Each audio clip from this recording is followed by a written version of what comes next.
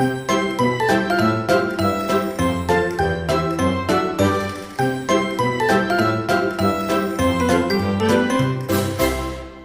soal yang pertama, yaitu beberapa mahasiswa yang saya akan melakukan penelitian mengenai kenakalan remaja di Kecamatan Cikarang Timur. Populasi dari penelitian tersebut adalah, kita ketahui bahwa populasi merupakan keseluruhan objek yang diteliti. Kita lihat pilihan yang pertama, yaitu seluruh pelajar di Kecamatan Cikarang Timur. Ini masih kurang tepat ya teman-teman, karena di sini kita meneliti kenakalan remaja, bukan hanya pelajar. Kemudian yang B ini seluruh mahasiswa Yonsei di Kecamatan Cikarang Timur, ini juga masih kurang tepat. Yang C ini seluruh siswa nakal di Kecamatan Cikarang Timur, ini juga kurang tepat karena di sini hanya siswa nakal. Yang terakhir ini ada seluruh remaja di Kecamatan Cikarang Timur. Nah, yang ini baru benar ya. Jadi, populasi dari penelitian yang tepat ini adalah seluruh remaja di Kecamatan Cikarang Timur. Maka jawabannya adalah yang D. Oke, kita lanjut ke soal yang kedua, yaitu berikut ini merupakan sampel yang baik untuk populasi kebudayaan Indonesia adalah. Pilihan yang pertama ini beberapa pakaian adat di Indonesia. Di sini bukan termasuk sampel yang baik karena kebudayaan Indonesia ini bukan hanya pakaian adat ya teman-teman. Yang kedua ini, yang B ini seluruh kebudayaan di Indonesia. Ini masuknya populasi. Yang C beberapa kebudayaan yang ada di Indonesia. Yang ini benar ya teman-teman. Kita lanjut ke pilihan yang D, yaitu beberapa kebudayaan yang ada di Jawa Barat. Karena tadi populasinya itu kebudayaan di Indonesia, maka sampel yang baik itu adalah kita ambil beberapa kebudayaan yang ada di Indonesia yang bukan hanya ada di Jawa Barat. Maka jawaban yang benar adalah yang C, yaitu beberapa kebudayaan yang ada di Indonesia. Oke, untuk soal yang ketiga, yaitu dalam suatu distribusi data diketahui bahwa min kurang dari median kurang dari modus.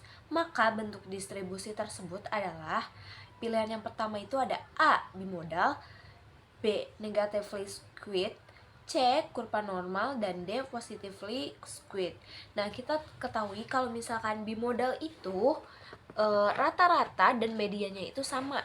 Kemudian rata-rata dan mediannya itu diapit oleh modus. Jadi bukan ya. Yang kedua itu yang B, negative squid. Nah, dalam negative squid ini rata-rata itu kurang dari median dan kurang dari modus. Nah, berarti bentuk distribusi di atas ini sama dengan yang negative squid ya.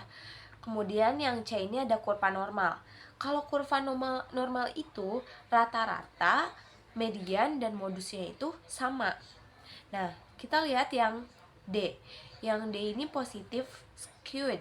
Nah, kalau dalam positif skewed itu, modus itu kurang dari median dan kurang dari rata-rata. Jadi kebalikan dari negatif skewed. Maka jawaban untuk nomor 3 yang paling tepat ini adalah distribusi negatif skewed. Jawabannya adalah yang B. Oke, kita lanjut ke soal yang nomor 4, yaitu berikut ini yang bukan termasuk ke dalam asumsi model regresi linear adalah A. Linearitas, B. Normalitas, C. Homoskedastisitas, dan D. Dependensi. Nah, kita ketahui bahwa model regresi linear ini memiliki 4 model. Yang pertama itu ada yang namanya independensi, yaitu sembarang nilai 2 observasi saling bebas. Yang kedua itu ada normalitas, yaitu komponen error berdistribusi normal. Yang ketiga ada homoskedastisitas, yaitu komponen error yang memiliki varians konstan, yaitu A kuadrat. Nah, yang keempat itu ada linearitas, yaitu bentuk fungsional dari hubungan antara X dan Y dapat dibangun melalui persamaan linear.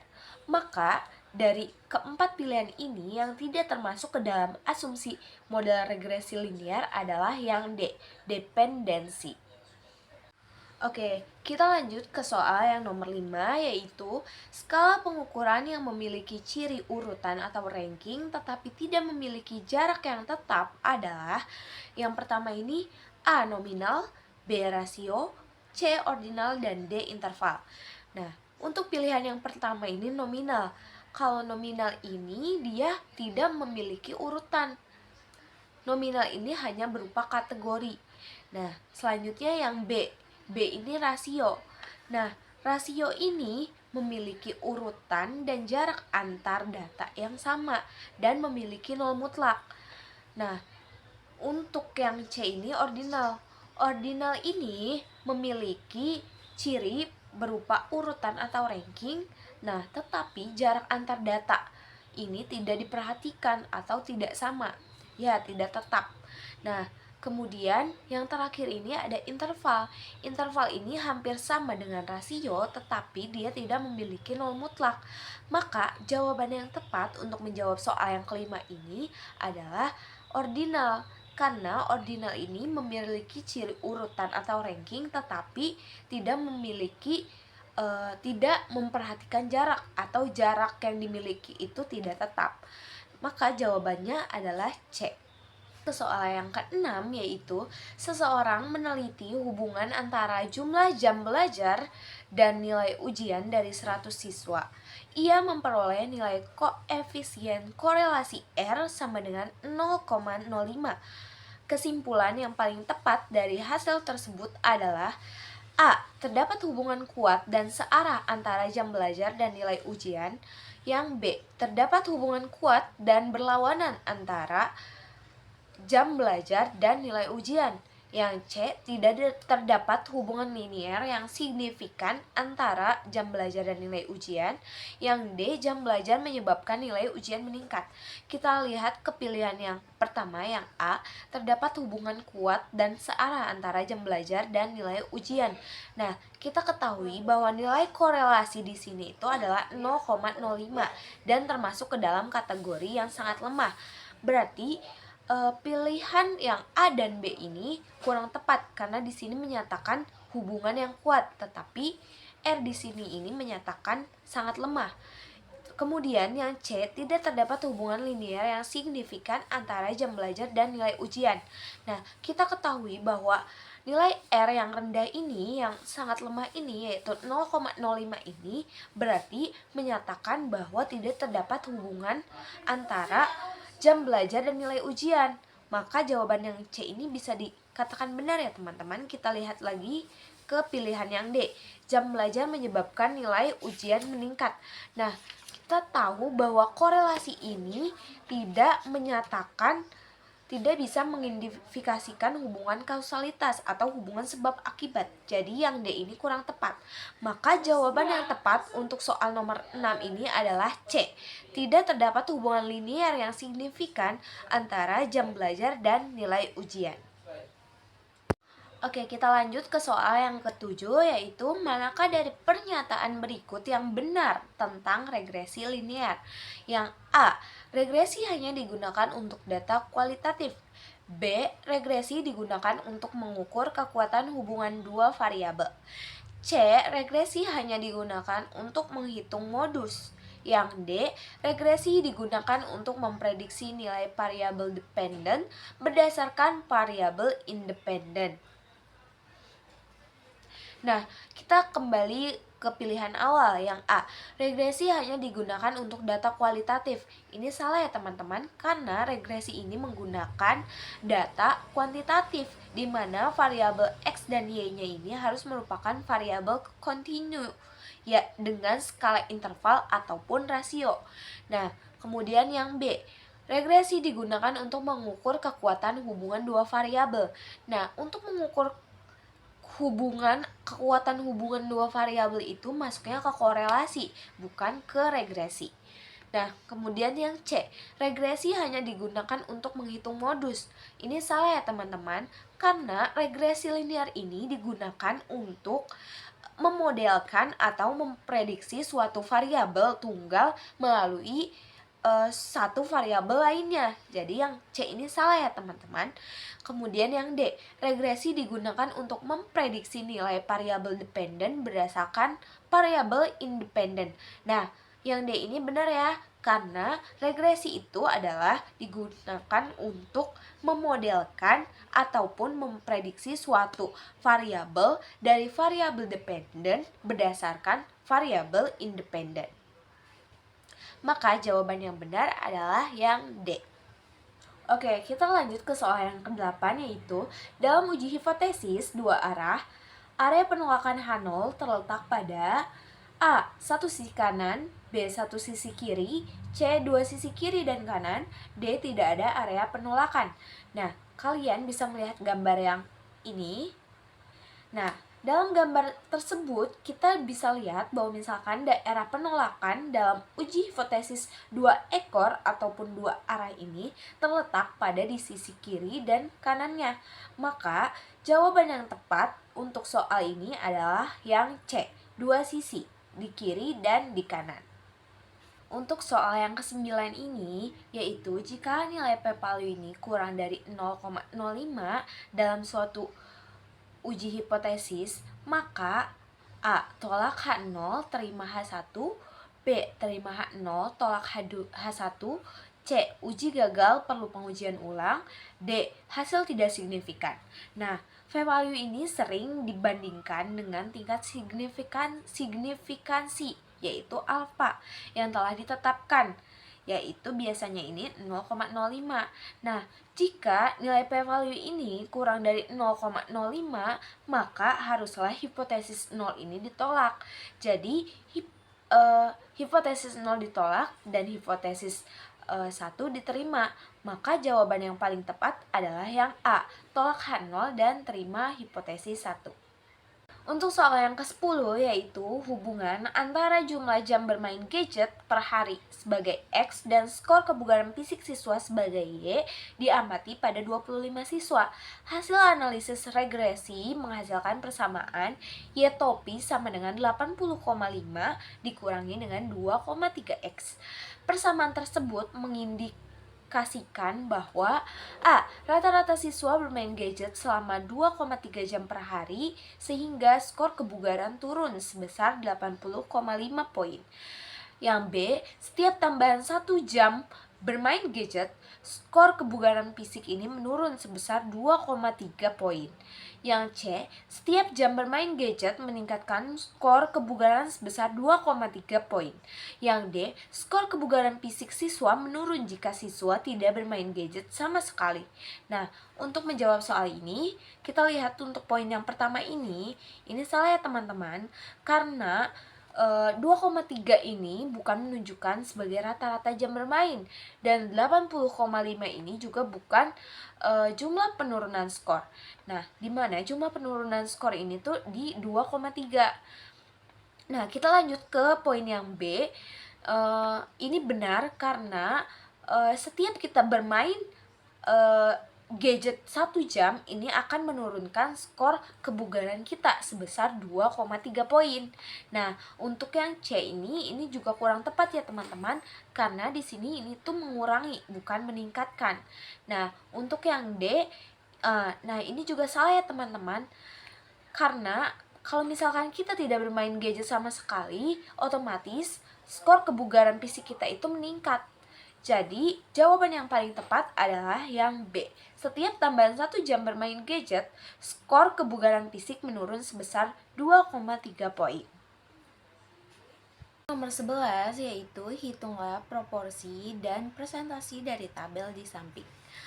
Oke, untuk menjawab soal 11 ini, kita bisa menggunakan rumus proporsi, yaitu di mana frekuensi dibagi dengan banyaknya data atau N.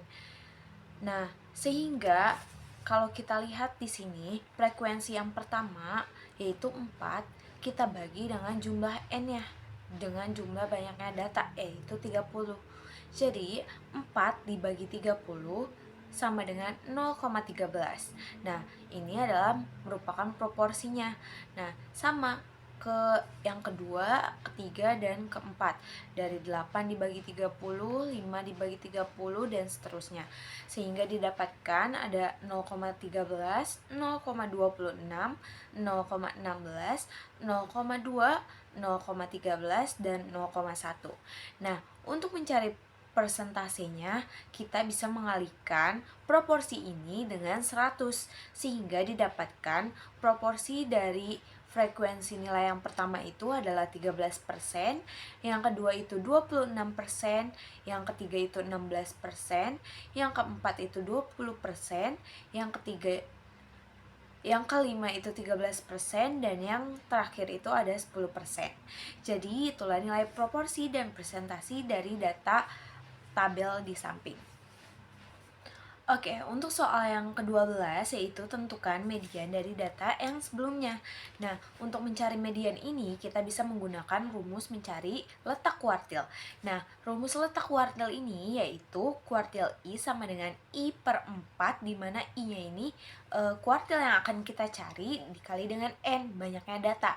Kemudian setelah kita menemukan letaknya itu, kita bisa menggunakan rumus selanjutnya yaitu QI sama dengan TBI ditambah P dikali NI per 4 dikurangi FK. FK ini frekuensi kumulatif dibagi dengan P.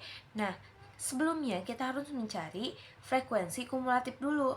Nah, frekuensi kumulatif ini adalah frekuensi yang pertama kan 4 nih. Nah, untuk frekuensi yang selanjutnya kita tambahkan dengan frekuensi yang sebelumnya, jadi 12.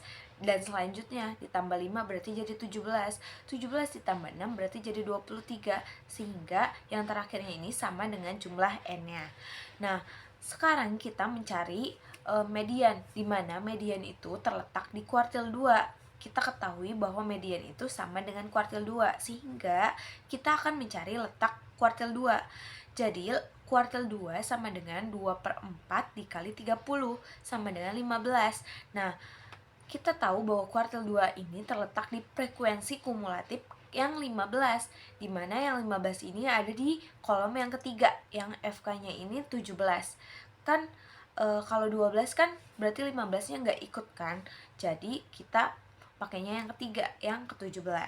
Nah, karena kita udah tahu, nah kita carilah. Pertama kita harus menghitung tepi bawah dari frekuensi yang ketiga ini, di mana nilainya ini di sini kan 20 sampai 24. Nah, kita mencari tepi bawahnya yaitu 20 dikurangi dengan 0,5, sehingga didapatkan yaitu 19,5. Nah, kita masukin di TBI yaitu 19,5. Nah, ditambah 5. 5 ini didapatkan dari panjang kelas. Nah, panjang kelasnya ini kan 10 sampai 14 ini kan panjang kelasnya 5. Jadi bisa kita tulis di sini 5. Nah, NI per 4 ini kan sama aja kayak letak kuartil yang tadi kan, yaitu 15 dikurangi dengan frekuensi kumulatif yang sebelumnya, yang di atas dari letak kuartil 2 ini, yang sebelumnya itu berarti 12. Maka di sini dikurangi 12 per 5. Nah, frekuensi yang di kuartil 2 kan frekuensi sebenarnya yaitu 5. Jadi dibagi 5 sehingga didapatkan 19,5 ditambah 3 sama dengan 22,5. Jadi median dari data tersebut adalah 22,5. Untuk nomor ke-13 yaitu hitunglah varians dan standar deviasi dari data yang ada pada tabel. Untuk menjawab soal ke-13 ini, yang pertama, untuk menjawab soal ke-13 ini, langkah pertama yaitu kita harus menentukan XI-nya terlebih dahulu. Nah, XI ini didapatkan dari nilai batas bawah ditambah dengan batas atas dibagi dengan 2, sehingga 10 ditambah 14 dibagi 2, sehingga didapatkan 12. Nah, kita lakukan dengan cara yang sama sampai nilai yang terakhir, sampai 35 sampai 39. Nah, kemudian kita mengalihkan frekuensi dengan XI, di mana 4 dikali 12 ini didapatkan 48, dan seterusnya. Sehingga jika kita jumlahkan FI dikali XI ini didapatkan yaitu 695. Nah, kita butuh rata-rata di sini. Jadi kita harus menghitung rata-rata dari data ini terlebih dahulu. Nah, untuk rata-ratanya sendiri ini rumusnya ini jumlah FI dikali XI dibagi dengan N. Nah, jadi jumlah FI dikali XI-nya kan 695 dan N-nya ini 30. Sehingga 695 dibagi 30 itu didapatkan 23,16. Nah, kemudian yang XI ini kita kurangi dengan rata-rata yang telah kita hitung tadi, yaitu 23,16. Nah, sehingga 12 dikurangi 23,16 itu didapatkan min 11,16. Nah, kita lakukan juga ke nilai yang di bawahnya, sampai ke 37 dikurangi 23,16 didapatkan 13,84. Nah, selanjutnya kita harus mengkuadratkan XI dikurang rata-rata ini, didapatkan yaitu untuk yang pertama 124,5, yang kedua 37,9,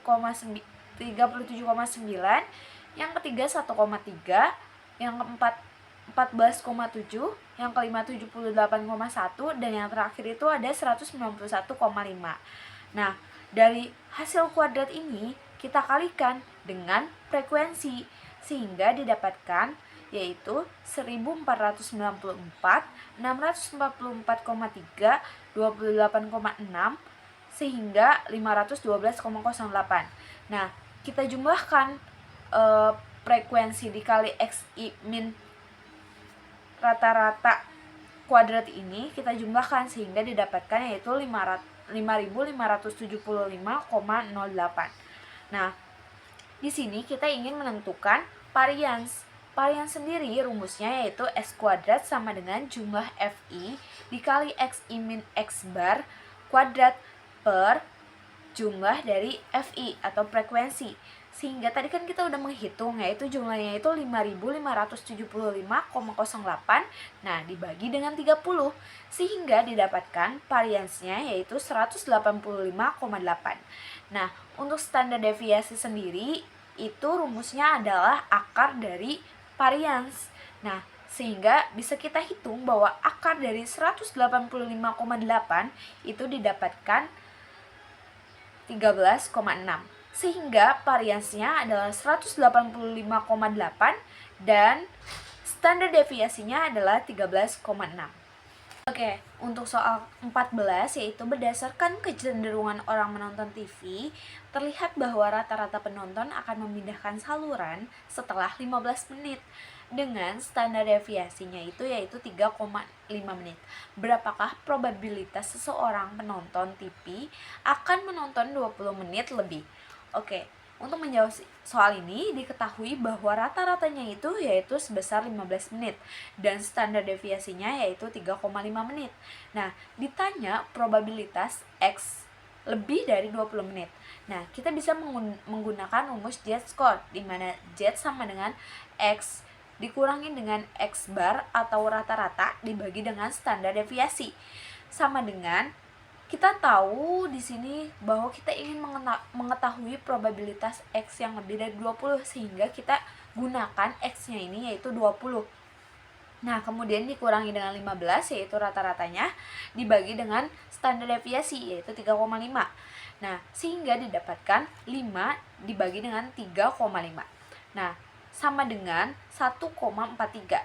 Nah, jika kita lihat pada tabel Z-score yang ini, nah, di titik 1,4 dan 0,03 kita dapat bahwa Z-score-nya ini atau nilainya ini adalah 0,4236. Nah, kita lihat lagi kalau dalam distribusi normal kan kita tahu bahwa probabilitasnya ini 1 kan. Nah, jika kita ambil kita lihat di sini, nah Z-score-nya ini berada pada di titik yang 0,4236 yang di garis keempat ini. Nah, sehingga jika misalkan sebelah kanannya ini 0,5, sebelah kirinya ini juga 0,5. Nah, kita pengen tahu bahwa yang X-nya ini lebih dari 20 menit, kita sudah menghitung z-score-nya. Nah, untuk menghitung probabilitasnya ini, kita bisa mengurangi 0,5 yang sebelah ini dengan 0,4236, sehingga didapatkan probabilitasnya yaitu 0,0764. Nomor 15, diketahui berat badan peserta yang mengikuti seleksi anggota tim sepak bola sekolah berdistribusi normal. Dengan simpangan baku 8 kg, sebanyak 75% peserta memenuhi standar berat badan, yaitu kurang dari 65 kg. Tentukan rata-rata berat badan peserta yang mengikuti seleksi. Oke, untuk menjawab soal ini kita lihat di kurva distribusi normal ini ya. Nah, di sini tadi yang sebanyak 75% dari pesertanya ini memenuhi standar. Berarti yang memenuhi standar ini yang berada di wilayah yang ada stabilo kuningnya ini. Nah, yang enggak, yang enggaknya ini berarti kan 75%, 100% dikurangi 75% kan 25%. Maka peluang yang sebelah sininya itu yaitu 25%. Nah, kita cari 0,25 ini, nilai dari peluang 0,25 ini berada, jika kita lihat di tabel z-score, berada di titik 0,67. Tabel yang ini nih berada di 0,67. Nah, kita hitung, kita masukin ke dalam rumus z-score, yaitu z sama dengan x dikurangi rata-rata dibagi standar deviasi. Nah, tadi kita udah mengetahui z-score-nya, yaitu 0,67. Nah, bisa kita masukkan ke rumus, sehingga 0,67 ini sama dengan x-nya ini 65, karena kita ingin tahu rata-ratanya kan. Nah, di sini udah tahu kalau misalkan yang memenuhinya itu di bawah 65. Nah, sehingga 65 dikurangi dengan rata-rata dibagi dengan standar deviasi, yaitu 8. Sehingga jika kita pindahkan 8-nya, 0,67 dikali dengan 8, sehingga didapatkan 5,36 sama dengan 65 dikurangi dengan rata-rata, sehingga kita dapatkan rata-ratanya yaitu 65 dikurangi dengan 5,36, sehingga kita dapatkan rata-ratanya itu di 59,64. Untuk soal ke-16 yaitu bagaimana hubungan korelasi antara biaya promosi dan omset iklan di samping. Nah, untuk menjawab soal ini, langkah awal kita harus menghitung X dikali Y-nya terlebih dahulu. Nah, kita dapatkan X dikali Y-nya itu yaitu 1620, 3330, 2784, 420, 1800, 2709, 3136, 289, sampai 1155. Nah, jika kita jumlahkan X dikali Y ini didapatkan yaitu 24.461. Nah, kemudian langkah kedua kita harus menghitung X kuadrat terlebih dahulu. Sehingga jika kita jumlahkan hasil dari X kuadrat ini, kita harus kuadratkan nilainya ini satu persatu, dan sehingga didapatkan jumlahnya ini yaitu 19.197. Kemudian langkah ketiganya kita harus mengkuadratkan nilai dari Y-nya. Nah, jika jumlahnya itu didapatkan yaitu 32.534. Nah, kita tahu bahwa di sini N-nya ini atau banyaknya data ini adalah 14. Sehingga untuk rumus korelasinya yaitu kita menggunakan rumus korelasi persen R, yaitu R sama dengan jumlah XY dikurangi dengan jumlah X dikali jumlah Y dibagi dengan N dibagi akar jumlah X kuadrat min jumlah X dibagi N dikuadratkan. Nah, kemudian dikali dengan jumlah Y kuadrat dikurangi dengan jumlah Y per N dikuadratkan. Nah, sehingga kita masukkan nilai-nilai tadi ke dalam rumus ini, sehingga R sama dengan 24.461 dikurangi dengan 497. 497 ini jumlah nilai X ya yang biaya, kemudian dikalikan dengan jumlah yang omset Y-nya, yaitu 640, dibagi dengan banyaknya data, yaitu N14. Nah, dibagi dengan akar 19.197 dikurangi dengan 497 dikuadratkan dibagi 14 dikali dengan 32.534 dikurangi dengan 640 dikuadratkan dibagi 14, sehingga R sama dengan 24.461 dikurangi 22.720 dibagi dengan akar dari 1553,5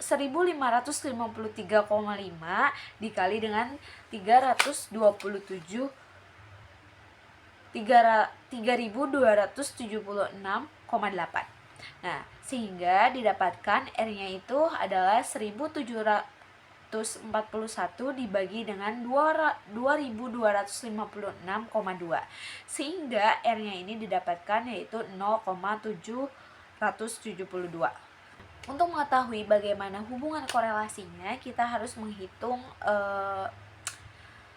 T hitungnya terlebih dahulu. Nah, rumus T hitung sendiri yaitu R dikali dengan akar N-2 dibagi dengan akar 1 dikurangi R kuadrat. Nah, sehingga didapatkan yaitu 4,20. Nah, kita juga harus mencari T tabelnya terlebih dahulu. Nah, T tabel ini yaitu ada, kita harus mencari DF. DF-nya ini kita N-nya ini dikurangi dengan 2 karena kita menghitung dari dua sisi. Nah, terus A-nya ini, karena A-nya ini biasanya 0,05, nah karena kita menggunakan dua sisi jadi dibagi 2 sehingga yaitu didapatkan 0,025. Nah, jika kita lihat pada tabel T yang ini, nah kita dapatkan T tabelnya itu yaitu 2,179.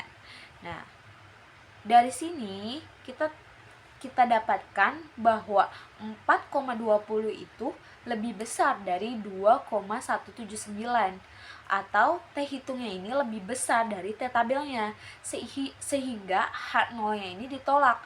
Maka kita dapat simpulkan bahwa terdapat hubungan yang signifikan antara biaya promosi dan omset dari perusahaan.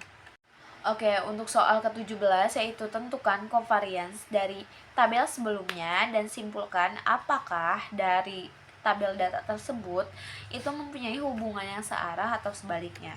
Nah, langkah awal untuk menjawab soal ini kita harus mencari rata-rata dari X dan Y-nya.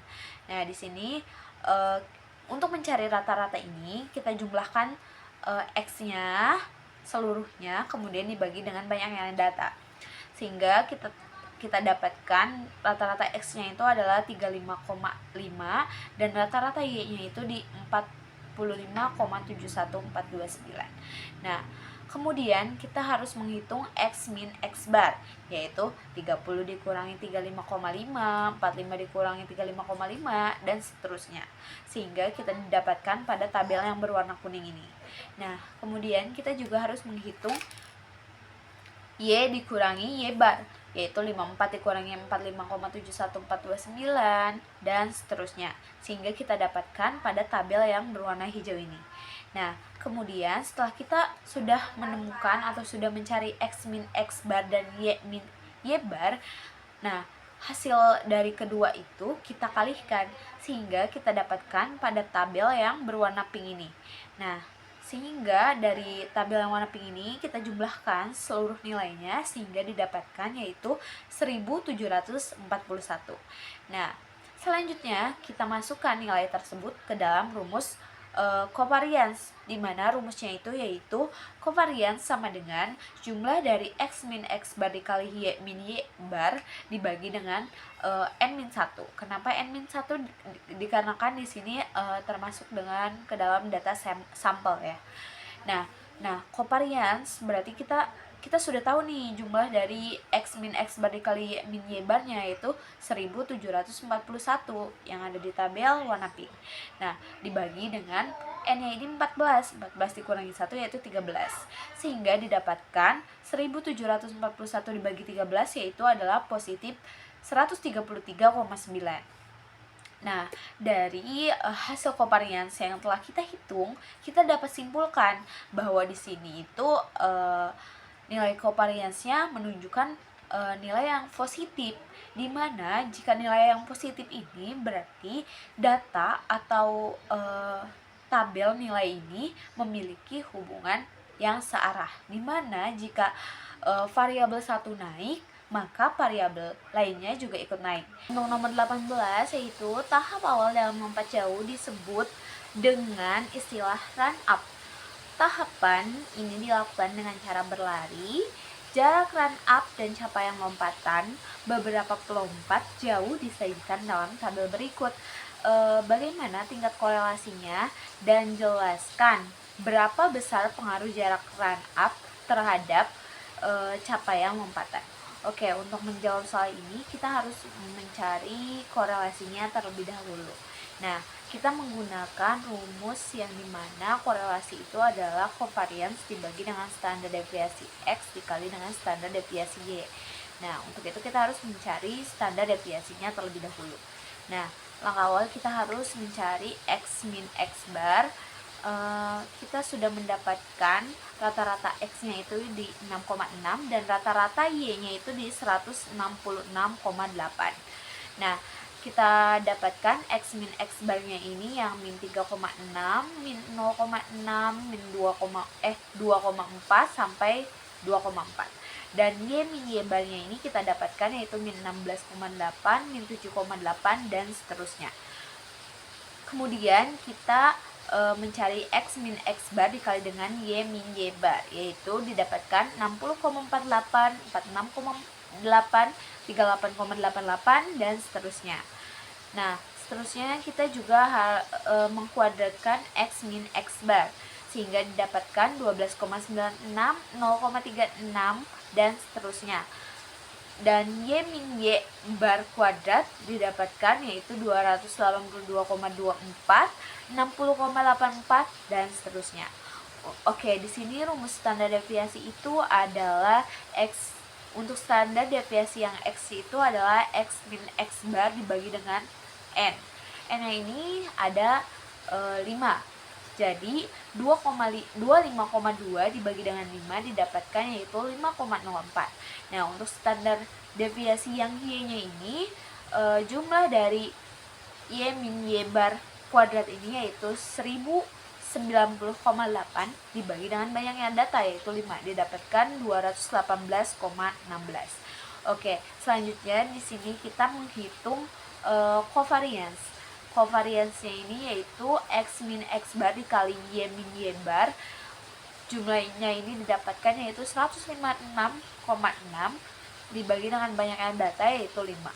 Yaitu didapatkan sebesar 31,32. Nah, selanjutnya kita masuk ke rumus korelasinya yaitu R sama dengan covariance dibagi standar deviasi X dikali standar deviasi Y, di mana 31,32 dibagi dengan 5,04 dikali dengan 218,16. Didapatkan hasilnya yaitu 0,028. Jika kita lihat dalam tabel tingkatan kekuatan hubungan menurut Guilford, R di sini yaitu 0,028 ini termasuk dalam kategori yang sangat lemah. Oke, selanjutnya jika kita ingin mengetahui pengaruh dari run up ini terhadap capaian lompat, nah kita harus menggunakan rumus koefisien determinasi. Nah, koefisien determinasi R ini merupakan proporsi varians umum yang dimiliki oleh dua variabel. yaitu rumusnya ini adalah koefisien determinasi itu sama dengan dari korelasi dikuadratkan dikali dengan 100, sehingga 0,028 dikuadratkan dikali dengan 100 sehingga didapatkan yaitu 0,0784%. Nah, jadi dapat disimpulkan bahwa pengaruh run up terhadap jarak capaian lompat sebesar 0,0784%, dan sisanya itu dipengaruhi oleh faktor lainnya. Soal ke-19 yaitu dari tabel nomor 16 dengan menggunakan analisis regresi, tentukanlah model matematikanya. Nah, kita langkah awal seperti biasa dari soal-soal sebelumnya sebenarnya kita udah menghitungkan x min x bar dan y min y barnya ini. Nah, pokoknya kita dapatkan tabel yang kuning ini yaitu dari x dikurangi rata-rata, dan tabelnya hijau ini yaitu y dikurangi rata-rata. Nah, kemudian di sini pada analisis regresi ini kita perlukan x dikurangi dengan rata-rata yang dikuadratkan sehingga didapatkan pada tabel yang berwarna abu-abu ini. Nah, jika kita jumlahkan didapatkan yaitu 1553,5. Nah, kemudian kita juga perlukan y min y bar kuadrat yang ada pada tabel warna krim yang sudah saya hitung. Nah, jika dijumlahkan ini didapatkan yaitu 3276,857. Nah, karena diketahui n-nya itu adalah 14, sehingga di sini kita harus menghitung standar deviasi dari x-nya terlebih dahulu. Nah, untuk standar deviasi x-nya itu kan dari jumlah x min x bar kuadrat. Nah, dibagi dengan n-1.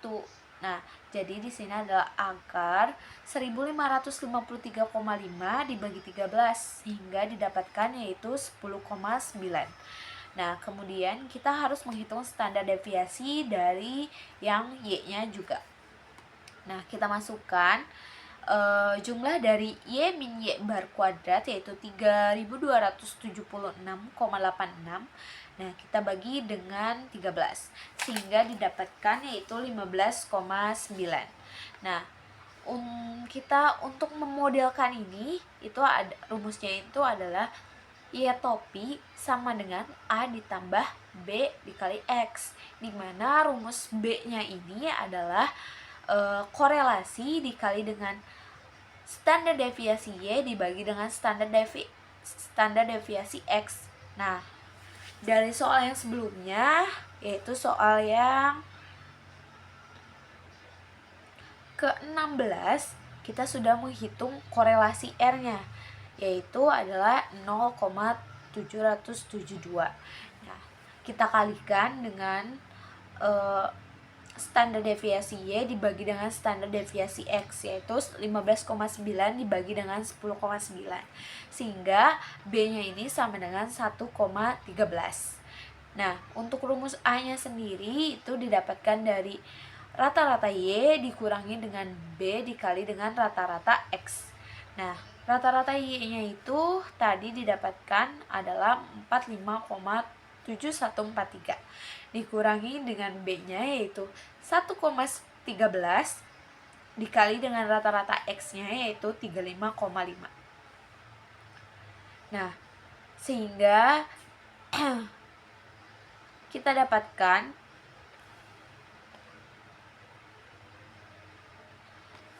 A-nya itu adalah 5,6. Nah, kita masukkan ke dalam rumus analisis regresi ini yang Y topi sama dengan A ditambah BX, dimana A-nya ini adalah 5,6 ditambah dengan B-nya ini adalah 1,13 X. Nah, X-nya ini adalah untuk memprediksi si nilai dari Y-nya ini jika diketahui X-nya.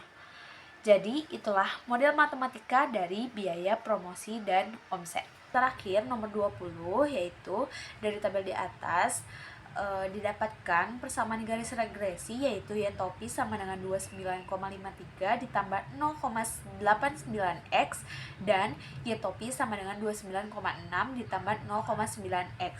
Dari kedua persamaan garis regresi tersebut, manakah yang lebih baik atau tepat untuk memprediksi terhadap nilai fisika atau terhadap Y? Nah, untuk mengetahui garis persamaan regresi yang paling sesuai atau paling baik, itu tuh harus memenuhi salah satu kondisi dari dua kondisi yang telah ditentukan, yaitu di mana yang pertama itu jumlah residunya harus sama dengan 0, dan yang kedua itu jumlah kuadrat dari residunya itu harus sekecil mungkin. Nah, langkah awal kita harus menghitung Y topinya terlebih dahulu. Jadi di sini kita hitung untuk persamaan garis regresi yang pertama dulu, yang Y topi sama dengan 29,53 ditambah 0,89x. Nah, x-nya ini kita ganti nilainya dengan nilai matematika, nilai x-nya, nilai matematika. Jadi untuk yang awal itu x-nya ini kita ganti 60 sehingga Y topinya itu didapatkan yaitu 82,93. Nah, untuk persamaan yang pertama ini tabelnya ada di warna yang pink. Nah, sehingga kita telah menghitung Y topinya semuanya. Nah, setelah itu kita harus menghitung residunya terlebih dahulu. Rumus residunya itu yaitu residu sama dengan Y dikurangi dengan Y topi. Nah, di sini kita Y-nya ini adalah nilai fisika. Nilai fisikanya ini 80. Kita kurangi dengan Y topinya yang telah kita cari tadi, telah hitung, yaitu 82,93, sehingga Y min Y topi atau residunya itu didapatkan min 2,93. Nah, kita menggunakan rumus residu sampai ke nilai yang terakhir, yaitu di min 5,03. Nah, setelah kita menghitung residunya, untuk mengetahui mana yang garis regresi yang lebih baik itu kita harus mengkuadratkan residunya ini.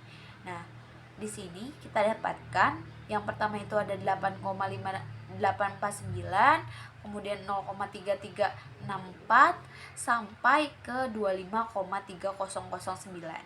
Nah, dari Y min Y topi kuadrat ini atau residu yang dikuadratkan ini kita jumlahkan. Nah, sehingga untuk persamaan regresi yang pertama ini jumlah kuadrat residunya itu didapatkan yaitu 188,5043. Nah, dengan cara yang sama kita menghitung ke persamaan garis regresi yang kedua, yaitu Y topi sama dengan 29,6 ditambah 0,9x. Nah, x-nya kita ganti dengan nilai matematika. Yang pertama itu x-nya 60, kita ganti jadi 29,6 ditambah 0,9 dikali 60. Sehingga Y topinya itu didapatkan ada 83,6, 70,1 sampai seterusnya yang terakhir itu 74,6. Nah, selanjutnya seperti hal yang sama dengan sebelumnya, kita harus menghitung residunya terlebih dahulu juga. Residunya itu didapatkan dari Y dikurangi dengan Y topinya. Nah, Y-nya ini yaitu nilai fisika. 80 dikurangi dengan 83,6 itu adalah min 3,6. Seterusnya sampai nilai yang terakhir yaitu 69 dikurangi dengan 74,6 yaitu min 5,6. Nah, dari residu ini kita kuadratkan sehingga didapatkan yaitu 12,9, 1,21, 12,9 sampai 31,36. Seperti hal yang sama sebelumnya kita lakukan yaitu menjumlahkan dari residu yang dikuadratkan ini. Sehingga untuk jumlah kuadrat residu yang persamaan kedua ini didapatkan yaitu 187,17. Nah, untuk mencari garis persamaan regresi yang paling tepat atau sesuai itu harus haruslah jumlah kuadrat dari residunya itu harus yang sekecil mungkin. Nah, karena di sini jumlah kuadrat residu yang persamaan kedua ini lebih kecil, maka garis persamaan regresi yang paling sesuai atau tepat adalah persamaan garis regresi yang kedua, yaitu yang Y topi sama dengan 29,6 ditambah 0,9 X.